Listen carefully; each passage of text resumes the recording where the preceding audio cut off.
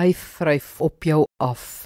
2 Korintiërs 3 vers 18 sê, en ons almal, terwyl ons met ontsluierde gesig die heerlikheid van die Here aanskou, soos in 'n spieël, word na dieselfde beeld verander, van heerlikheid tot heerlikheid, soos afkomstig van die Here, die Gees.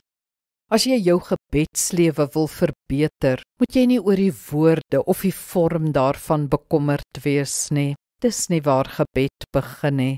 Gebed is om God se teenwoordigheid te betree.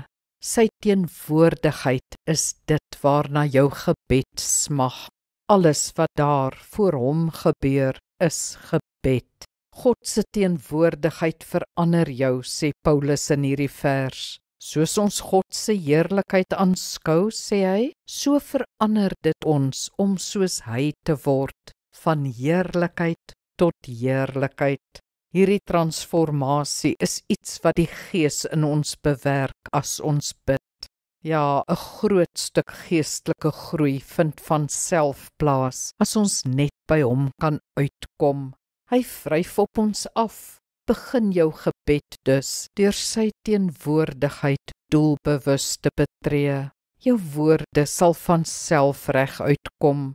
Daarvoor sal die Heilige Gees sorg. Kom ons bid saam. Heilige Here, ek het so 'n groot behoefte na u teenwoordigheid. As my hart u kragveld beleef, verander dit my hart en my lewe. Help my om tyd vir u teenwoordigheid eenkant te sit. Amen. Die Here seën jou.